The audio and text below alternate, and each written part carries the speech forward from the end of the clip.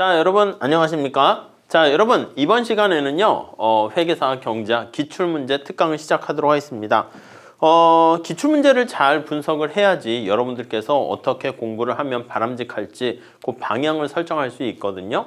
그래서 최근 한 10개년간 기출문제 경향을 살짝 말씀을 드리고자 합니다. 자, 교재는 여기 기출문제 연도별 해설 나와 있는 이 책의 앞부분에 나와 있는 내용이라고 보시면 되겠어요.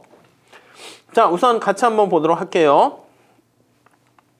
자, 우선 첫 번째 2011년부터요 2021년까지 이렇게 나와 있는데 수요 공급과 관련해서는 우리 회계사 시험에서는 그렇게 많은 문제가 출제되지는 않습니다.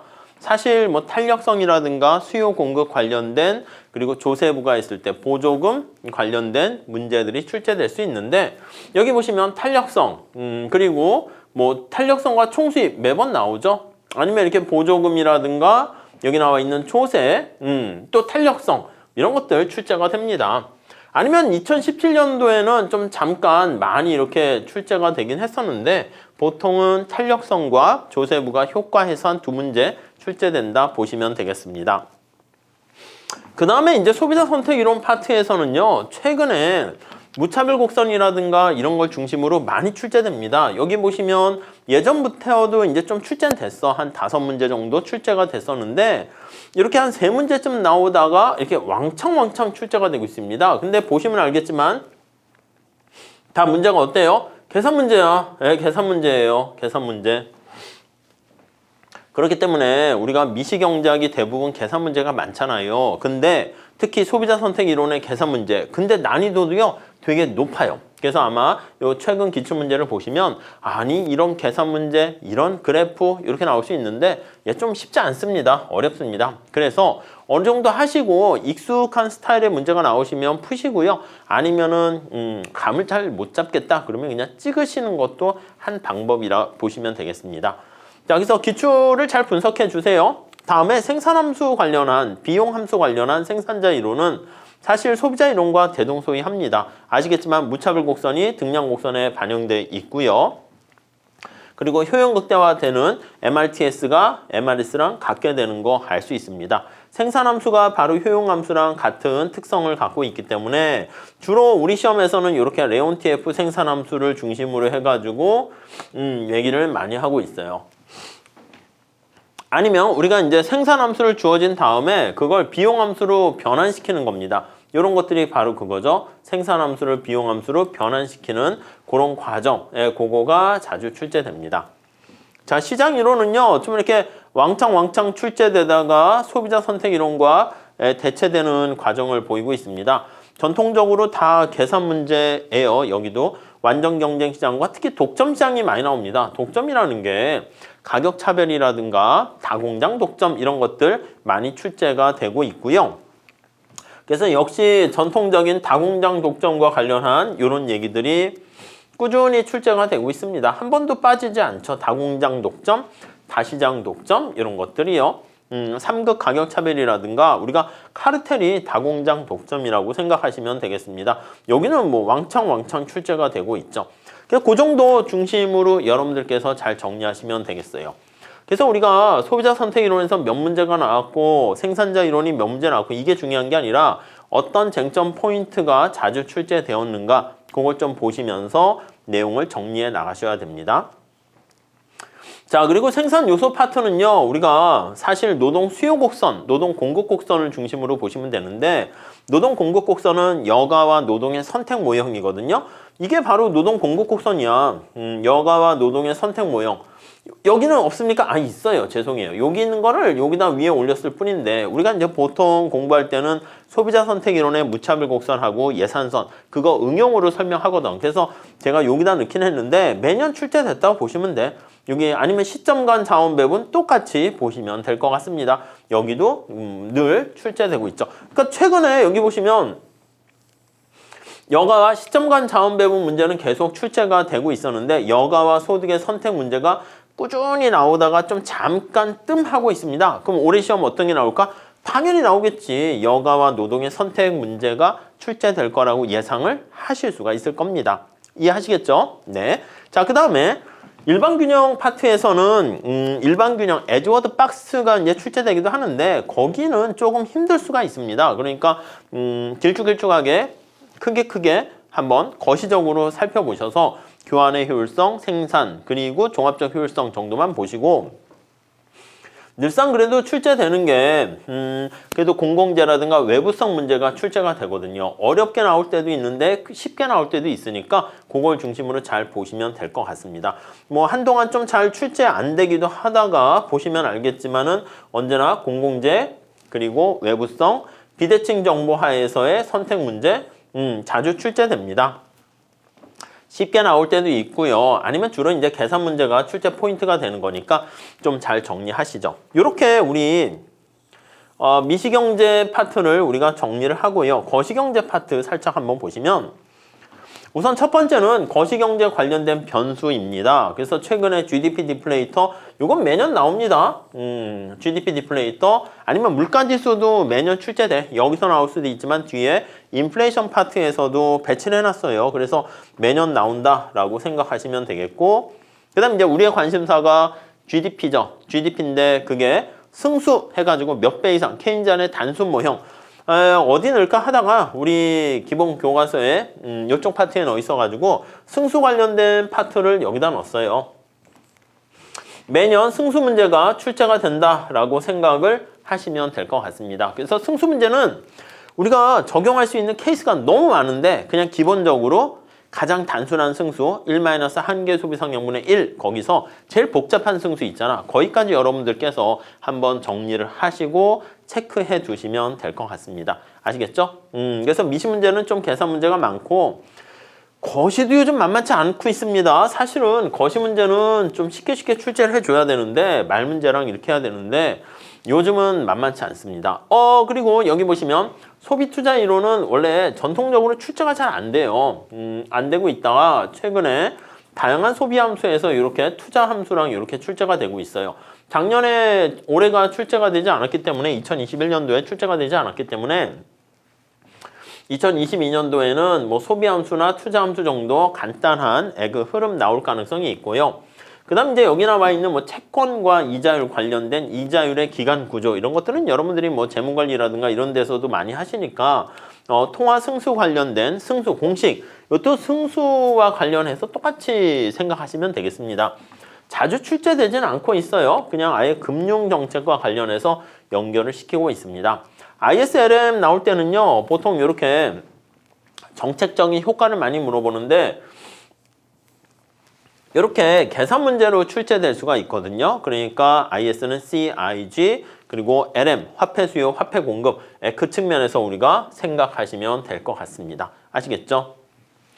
그 다음 재정정책과 통화정책이 이렇게 나와 있습니다. 그래서 전통적으로는 윌리엄 풀의 생산물 시장이 불안정할 때냐 화폐 시장이 불안정할 때 중간 목표로 이자율을 삼을 것인지 통화량을 목표로 삼을 것인지 그거에 대한 얘기가 출제가 많이 되다가 최근에는 별로 출제가 되지는 않습니다.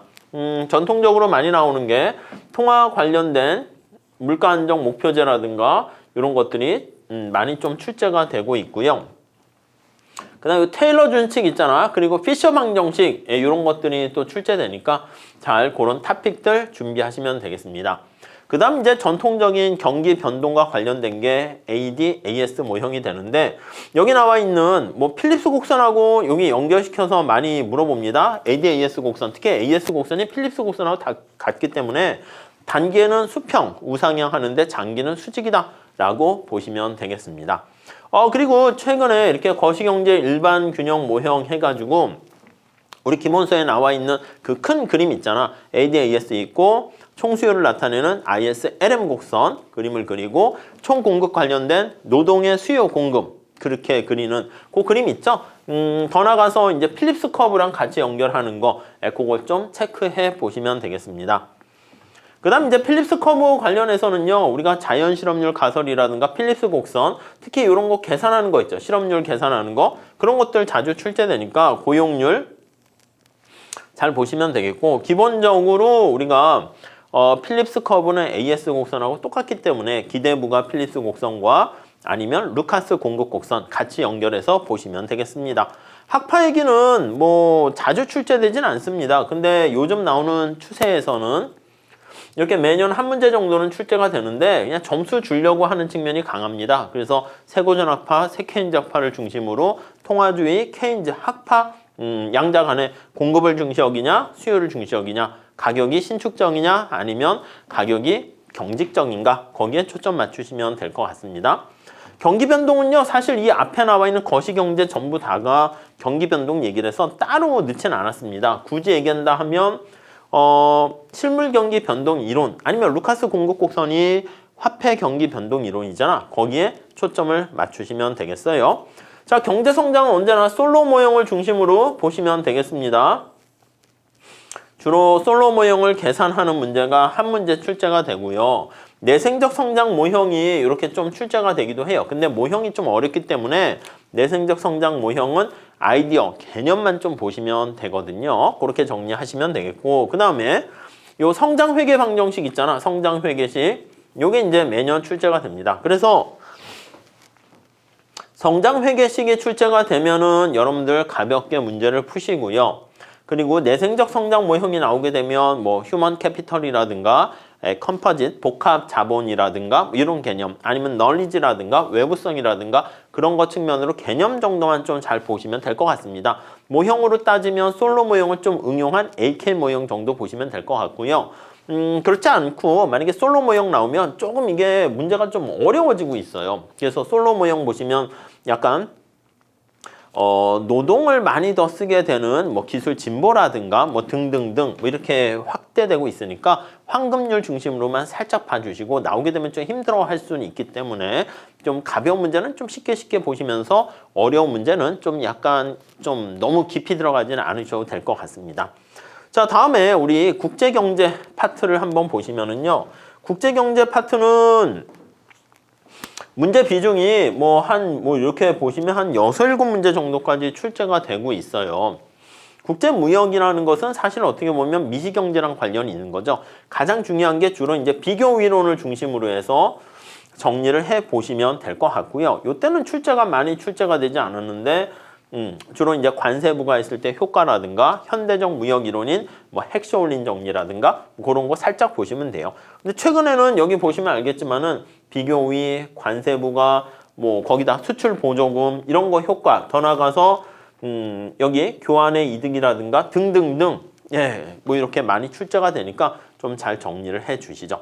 그 다음에 국제금융론은 구매력 평가서는 여기에 들어가긴 해야 되는 건데 국제수지표 해가지고 어디에 포함되는가 뿐만 아니라 경상수지를 중심으로 장기적인 구매력 평가설과 이자율 평가설을 중심으로 보시면 되겠습니다. 그리고 앞에서 얘기했던 ISLM 모형 있잖아요. 거기다가 국제수지 균형을 나타내는 BP 곡선을 집어넣는 거, 그게 이제 매번 출제가 되는 거죠. 그러니까 이렇게 내용을 보시면 우리 시험 문제가 출제 포인트가 뭐 그렇게 많지는 않아요. 근데 출제 포인트는 정해져 있지만 깊이 있게 물어보는 특색을 가지고 있기 때문에 약간 어려운 거는 어렵습니다. 그러니까 그런 경우에는 자기가 계산 문제 같은 경우는 속도를 올리셔가지고 익숙하게 만드신 다음에 시간 안에 풀 수 있도록 만드시고요. 만약에 그게 벗어날 것 같으면 약간 어느 정도 하다가 이렇게 좀 넘어가는 것도 괜찮다, 이렇게 생각하시면 되겠습니다. 그리고 40문제 출제가 되고 있잖아요. 그러니까 모든 문제가 다 어렵진 않습니다. 그러니까 대략 기본적이고 쉬운 문제가 10문제, 좀 난이도 있는 게 10문제, 중간에 20문제 이렇게 돼 있기 때문에 쉬운 거는 정답률을 어느 정도 거의 뭐 한 8, 90% 이상 가져가시고, 중간 단계에 해당하는 20문제, 거기서 좀 승부를 좀 많이 보세요. 거기서 정답률을 한 70%까지 올리시면은 이게 5개 중에서 하나 고르는 것이기 때문에 어느 정도 맞출 수 있어요. 그래서 안정적으로 한 30개 정도 맞추신 다음에 거기서 그날 컨디션, 아니면 우리가 어려운 문제라고 배치됐지만 또 이렇게 그날따라 아니면 연습에 따라서 이게 눈이 잘 답이 이렇게 잘 풀리는 경우가 있거든요. 그래서 거기서 한 2, 3개 정도 맞추시게 되면은 제가 봤을 때는 한 80점 정도 그 이상 정도 하시면은 굉장히 선방하는 게 그래도 아닌가 하는 생각을 해봅니다. 물론 조금 더 연습이 되고 더 하시게 되면 더 많은 문제를 맞추는 것도 괜찮을 것 같고요. 자, 그래서 공부 방법을 말씀드릴게요. 처음에 우리 객관식 강의를 문제 풀고 할 때는 우리가 처음에 아직 문제에 접근하는데 방향성을 찾지 못하기 때문에 공무원 시험 문제라든가 좀 쉬운 문제들도 많이 풀 거예요. 개념 같은 거. 그런데 어느 정도 실력이 쌓이게 되면은 시험을 좀 앞두고 제가 봤을 때 한 달 좀 넘게 한 달 반, 한 달 정도부터는 기출문제를 보세요. 특히 회계사 기출문제를 보셔야지. 그래서 마련한 게 이 책인데 요 기출문제를요, 시간을 정해가지고 반복 학습을 하세요. 그래서 책도 보면 왼쪽에 문제만 이렇게 넣어놨거든요. 그리고 여백을 좀 많이 뒀습니다. 이게 여백이 빽빽하면 답답하거든. 그러니까 여러분들이 해설에 너무 이렇게 몰입되지 마시고요. 해석 말고 여러분만의 풀이 방법을 왼쪽이라든가 밑에다가 좀 정리를 해두세요. 그래서 문제 자체를 암기하는 것도 괜찮습니다. 내용을 당연히 이해해야겠죠. 그런데 문제를 좀 어느 정도 유형을 파악을 해야지 우리가 시간이 제한돼 있잖아. 그렇기 때문에 이런 문제는 이렇게 풀면 어떻게 되겠네. 이 문제는 이렇게 되는 것 같네. 그런 거에 조금 익숙해지실 필요가 있습니다. 그렇게 되면은 문제 푸는 속도도 좀 더 빠르게 가져갈 수 있습니다.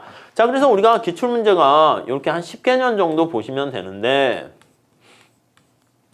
40문제 아닙니까? 그래서 하루에 20문제씩 푸세요. 오늘은 1번부터 20번까지 풀고 해설 보면서 맞춰보고 좀 어려운 파트, 까먹은 파트가 있으면 기본서라든가 객관식 여러분 가지고 계신 그 책에서 관련 문제를 몇 개 정리하시고 그 다음 날은 21번서부터 40번까지 푸시고 이렇게 하면은 대략 하루는 미시, 하루는 것이 통으로 정리하게 되는 겁니다. 그래서 10개년 문제를 만약에 40문제 되니까 그럼 이게 400문제 아니겠습니까? 뭐 충분하지 뭐. 400문제를 곱씹게 되면은 물론 객관식 강의 수업 들으셨을 때 뭐 다른 시험 문제들도 많이 풀어보게 되니까 약간 회계사 시험 문제에서 이렇게 정리를 하셔야지 시간 내에 제가 봤을 때는 한 20문제를요 먼저 한 30분 정도에 푸세요. 그 다음에 이제 그거를 한 1시간 정도 리뷰하셔서 매일매일 1시간 반 정도를 경제학에 좀 투자를 하시면 그것도 괜찮을 것 같습니다. 그리고 계산 문제가 많이 출제되는 거는 어쩔 수 없어요. 거시 같은 경우도 사실은 최근에는 그래프랑 계산 문제까지 이렇게 접목시켜서 나오고 있거든요. 그래서 사실은 거시 같은 경우는 미시가 어렵게 출제가 되기 때문에 거시를 좀 난이도를 낮춰야 되는데 안 봐주는 것 같습니다. 출제위원들께서. 그래서 거시도 요즘은 어려워지고 있어요. 그렇기 때문에 계산 문제도 여러분들이 익숙한 거, 그렇지 않은 거 조금을 만드셔야 돼. 그래서 익숙한 걸 조금 더 숙달시키게 되면 그렇지 않은 것들은 여러분들이 감을 잡고 금방 캐치해낼 수가 있을 거다라고 보시면 되겠습니다. 그리고 요거는 좀 비겁하고 치사하지만 어쩔 수 없습니다. 너무 어려운 문제, 막 그림이 막 휘황찬란하고 이거는 찍으세요. 어쩔 수 없어요. 그냥 몇 번 찍을지 그날 아침에 좀 고민하셔가지고. 왜냐면 이 문제 내가 딱 했는데 어떻게 해야 될지 착 직관적으로 떠오르지 않았다. 그러면 이 문제를 풀다가 오히려 틀리거나 그럼 다른 문제를 풀 수 있는 시간을 빼먹거든. 그렇기 때문에 그러니까 자기가 사실은 이렇게 기출문제를 한 20문제를 한 30분 정도 우리가 연습하는 거니까 또 너무 진짜 20문제를 20분이나 18분에 풀겠다 이러면 좀 약간 그러니까 30분 정도 해가지고 정답률 좀 올리려고 하세요. 지금은 연습이니까 그렇게 하시면 좋은데 딱 봐서 이거는 버겁다 그러면 찍고 넘어가는 그런 어떻게 보면은 작전상 후퇴 그런 것도 필요하지 않을까 합니다. 자, 여기서 제가 말씀드리고 싶은 거는 객관식이요. 미시는 사실 파트별로 나눠져 있잖아. 그래서 내가 만약에 독점 공부했다? 그럼 독점 문제 풀 수 있고 소비자 선택 이론 공부했다? 그럼 그거 풀 수 있고 그런데 거시는 또 약간 유기적으로 연결돼 있습니다. 그렇기 때문에 미시 거시가 약간 접근하는 게 조금 다르긴 하고 거시는 또 약간 무슨 통화정책 관련해가지고 뭔가 두리뭉실한 측면도 있기 때문에 여러 가지 경로의 가능성들이 있으니까 그래서 거시는 약간 감으로 좀 접근하는 것도 좀 있어야 돼요. 근데 요즘은 거시도 미시적으로 접근하고 있기 때문에 어려워지고 있는 거죠. 그래서 적당하게 어느 정도 수준에서는 시간과 타협할 수밖에 없지 않을까 합니다. 그거는 여러분들한테 제가 일괄적으로 말씀드릴 수는 없고요. 여러분 스스로가 여러분들의 상황과 실력과 여건을 알고 있으니까 거기에 맞춰가지고 자기 스스로가 전략을 잘 짜서 세우시면 될 것 같습니다. 아셨죠? 자, 여기서는요 우리가 간단하게 이렇게 제가 전체적인 회계사 시험의 최근 10개년간 출제 경향을 말씀드렸고 어떻게 공부를 물론 공부에 왕도는 없어요. 많은 시간 투자해가지고 좀 이렇게 준비하시면 되긴 하지만 그래도 전략적으로 우리가 공부할 수 있는 방법 말씀드렸습니다. 자, 이렇게 해서요 간단하게 우리가 공부하는 방법, 출제 경향 소개를 해봤습니다. 감사합니다.